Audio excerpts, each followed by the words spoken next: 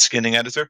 And to begin with, we're just going to want to start with the bones. So you hit create bone and you go around adding bones to everywhere. So for the head, you want the bone to begin around the neck area because that's where it's going to rotate from. I should have waited for you to start recording. Okay, so super quick recap for the recording then. You want to go into your project folder, select your sprite that you have imported, your sprite sheet, come over into the inspector, select sprite editor. Yeah, no worries, no worries. Leave the sprite mode as single, select sprite editor, come in, top left, it will automatically be on sprite editor by default, come down to skinning, and you'll open up in this screen. So once this is in, you may not have an orange outline. If you don't, just select your sprite sheet from the project folder and you'll be good to go. So once you're in here, you start adding your bones. So you've got your tools along the left-hand side. We're going to start with creating bones for now. And you just click and then drag.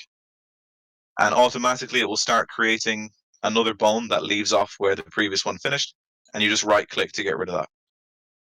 So for the head, we want it to rotate from the neck. If your head was rotating from up here, it would just look very strange and your character would decapitate every time it tried to move. So you go from the bottom up to the top, right click, bottom to the top, and right click. And then for this little jacket shawl thing, we're probably going to want this to rotate from around here-ish, kind of at the shoulders height, and then come back down. And then for the torso, we're going to want to rotate from the hips and up towards the chest.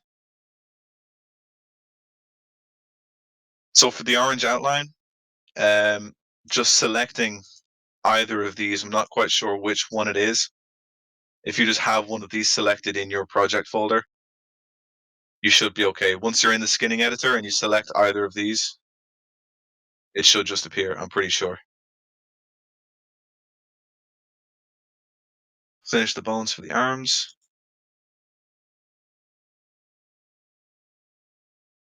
Yeah, not the individual bits. It has to be the sprite sheet. And I think that's why you leave it as a single sprite instead of multiple. So before you've actually sliced up, like for this, I haven't sliced up the sprite into its separate components. So if you just have it imported as the actual sprite sheet and set to single, and if you just select the entire sheet, you should be okay.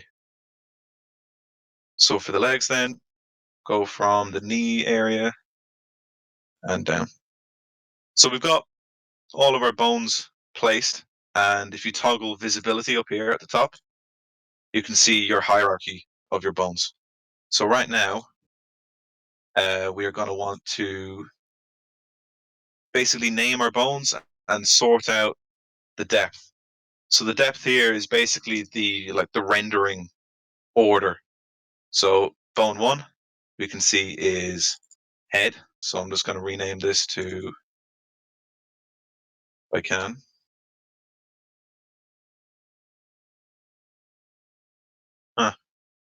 down here. Yeah, there we go. So I'll rename this to head 1, and then bone 2. So this is going to be head 2.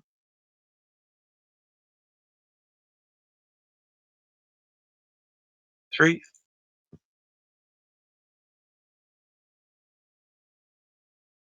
This is going to be, it's going to call it cape. And torso.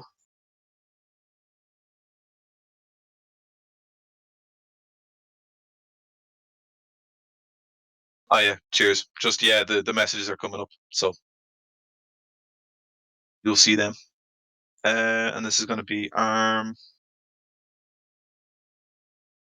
Which one is this? This is the character's right arm, so I'm just going to say arm or. It's going to be arm L, leg, or and leg L. So now they're named. We then want to sort out their depth. So we'll keep the heads on, we'll keep the heads on 0, and we want the cape to render above the head. So we'll put that on 1. We want the torso to render beneath the cape, but also above the head, probably.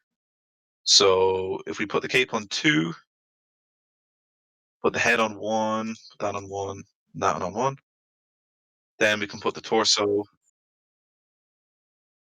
No, head's on 0, and then torso on 1. So the torso is above the heads, and the cape is above the torso. For the right arm, we're going to want that to be beneath the cape. So we'll probably put that on a 0 or a 1 will be fine. Suppose we'll just leave it on 0. And then for the legs, we want the legs to be beneath the torso. So that'll have to be on 0. And we want the right legs to be behind the left leg. So we'll put this on a -1, and we'll put the right arm on a -1. So this just means now that the right arm is going to sit behind the left arm, because our character is facing towards the left, so the right side of their body is going to be further away than the left side. So the left arm and the left leg should be above the torso but underneath the little cape thing. So we'll put this on 2, and we'll put the leg stays beneath the torso, and we'll put the cape on a 3. So I think this should work. Once we assemble the character, we'll see any issues and we can come back and change these at any time. But I think that should be okay for now. So the next step that you want to do is you want to sort out your hierarchy here. So in the same way as we have a hierarchy here, which orange dots are you talking about? So basically they're just small gaps in your sprite. So they're little areas that weren't colored in fully. So there's like an actual, like a transparent pixel basically in the middle. You don't really need to worry about it. It's just the orange is drawing the outline of your sprite. So those little areas are just areas where there actually isn't any sprite in between them. It shouldn't make a difference though, so you should be okay. So yeah, next we're going to get the hierarchy sorted out. So every part of your body is connected to your torso. So we're going to select all of these, and we're going to just drag them onto the torso. So now when our torso piece moves, everything else moves with it, which is how we want it. And you can see that everything is childed because you've got all these little faint lines. So this like turquoise bone is childed, the yellow one is, the orange, the pink. So it just draws a little thing just to show you what bones are connected to what. So after this, if you had like a hand over here, you would child your hand to the forearm, and the forearm would be childed to like the upper arm, and the upper arm would be childed to the torso then. But for this, we probably don't really need to child a whole lot more. Maybe we child the arms to the cape. But we take these, child them. So when this moves, the cape moves. And when the cape moves, the arm moves with it. Maybe, I don't know. And then the legs don't need to be childed to anything because they're just the whole leg, so we don't need to worry about childing the feet to the leg. Once they're childed to the torso, it should be okay. So again, I think this is all right. Now, we can just change this at any time as well. if we find any issues later on. So next we're going to come down to this geometry section. So this is actually very similar to how you do things with 3D characters. So what it's going to do is it's going to create polygons around the shape of the object and then tell the bones which polygons to affect and how much to affect them. So for now, we're just going to select auto geometry. Want to come down to the bottom right and select generate for selected. So now we've got geometry that's been generated for each of our bones, and it's going around all of the sprites. So you can see it's done a good job, but it's not 100%. So we can edit the geometry, and we can just grab little vertexes and just bring them around to kind of make it fit more snug.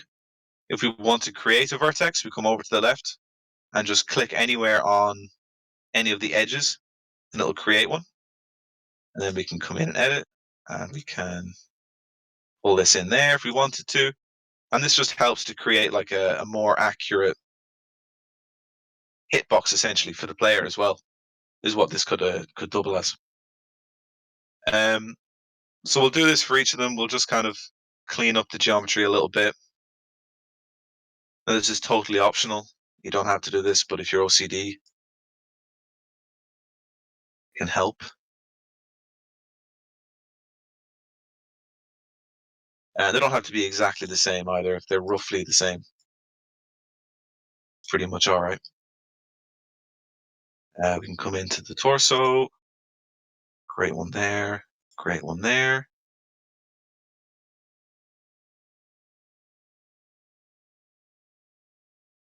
Pull them in a little bit. You can see here we've got like a fairly substantial fix. Create some for the sides.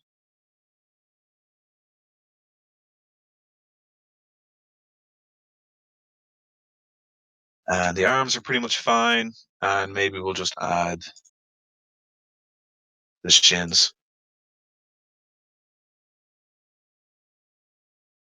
Something like that. So we've got some nice geometry set up. And the same way you've got like create vertex, you can also create edges if you want. So that will connect two vertexes to each other if I wanted to. So if, for example, up here, I wanted to delete this and just connect these two bits, I could do that. And then splitting the edge is kind of the same as adding a vertex, but it just automatically snaps to the nearest edge and creates a vertex for you. But that's looking pretty decent now. So the final section over here on the left then is the weights. And this dictates like how strongly each bone affects each of these vertexes. So generate our weight, and you can see for now, this area is totally green, which means that every vertex is being selected and being affected. Now, you can change this. I haven't really messed with it a whole lot myself, because like for this project specifically, you basically want the bone to affect the entire sprite.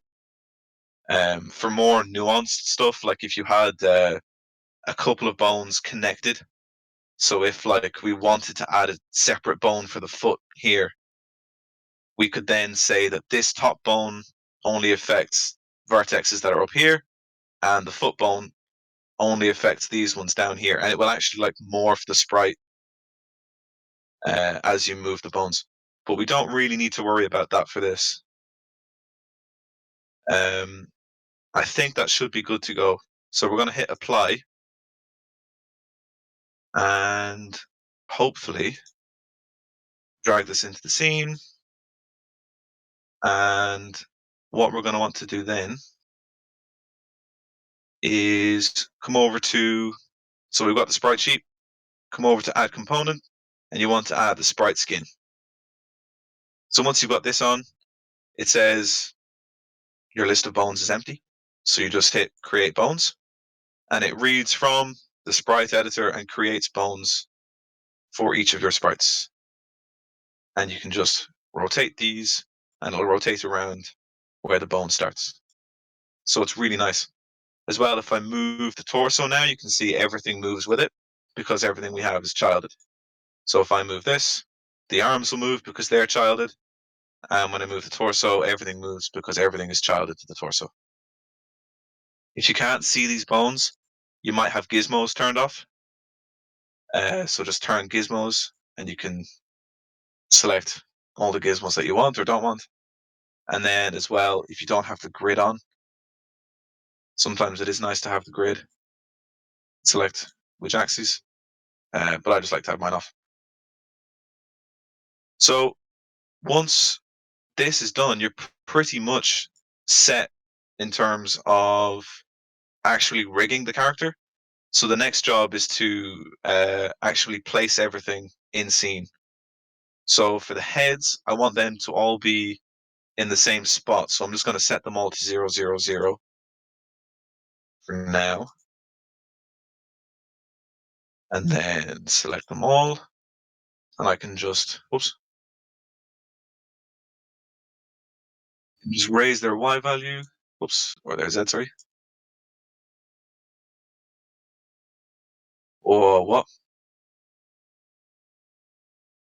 I don't know. X is up apparently. So we can sit them there.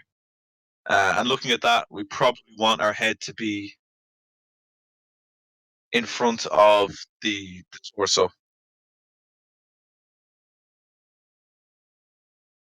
So camera's sideways.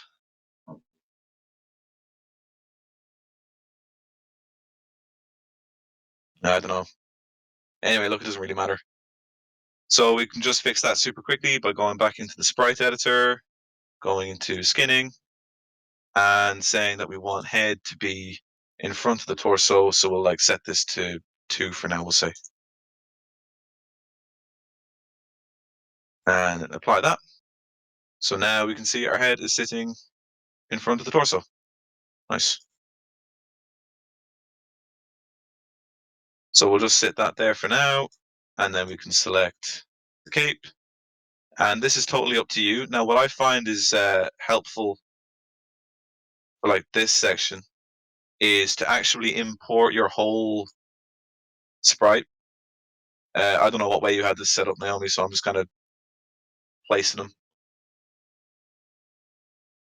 Just select, like, bring your whole sprite in to Unity and just have it sitting kind of in the background, but slightly opaque.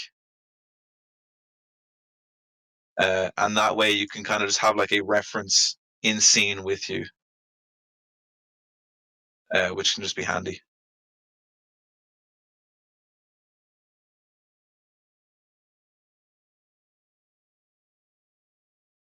So left leg needs to be behind the torso. So we'll come in to sprite sheet, editor. So we want left leg to be behind the torso, so we'll set that to 0. And as long as it's in front of the right leg, that should be fine. Apply. And there we go. So now this character is pretty much set up. The bones are all in place. And we're kind of good to animate. Yeah, so if you want to kind of get to the stage that we're at now, if you can, then that'd be great, because once you're at this stage, it's kind of just a case of throwing the animators on and actually starting your animations. So you can just like, select each of the bones and just rotate the bones and move the bones. And if you move your torso, whole character moves. So it's pretty handy to set up, but I would recommend like just bringing in your character as a whole built sprite, like sitting it in the scene over here, going into like its opacity, and just work from there. Because then you can kind of just like you've got a scaled character, and you can actually just grab the pieces and move them directly over your actual character in scene. So you've got that reference there with you. Yeah, it was probably just the way the sprites were rotated, actually, Sean. Yeah.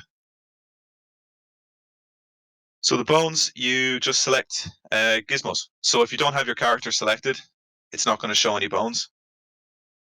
But once you actually select the character and you've got gizmos turned on, you should see the bones then. And you can just like actually select the bones. So I'm not pressing E to rotate and then rotating the bone itself or the character. I'm just like actually selecting the bone, and then you can just left click and drag to rotate. So it's really handy when it comes to animating.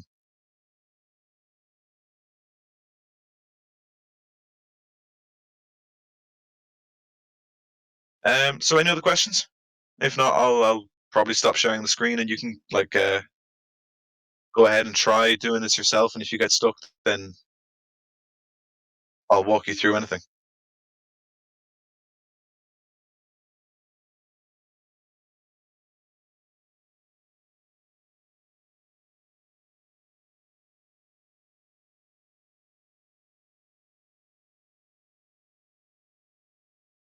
Cool. Yeah, I'd say stop the recording there, and give it a shot yourself, and I'll just come around to each of you if you need a hand.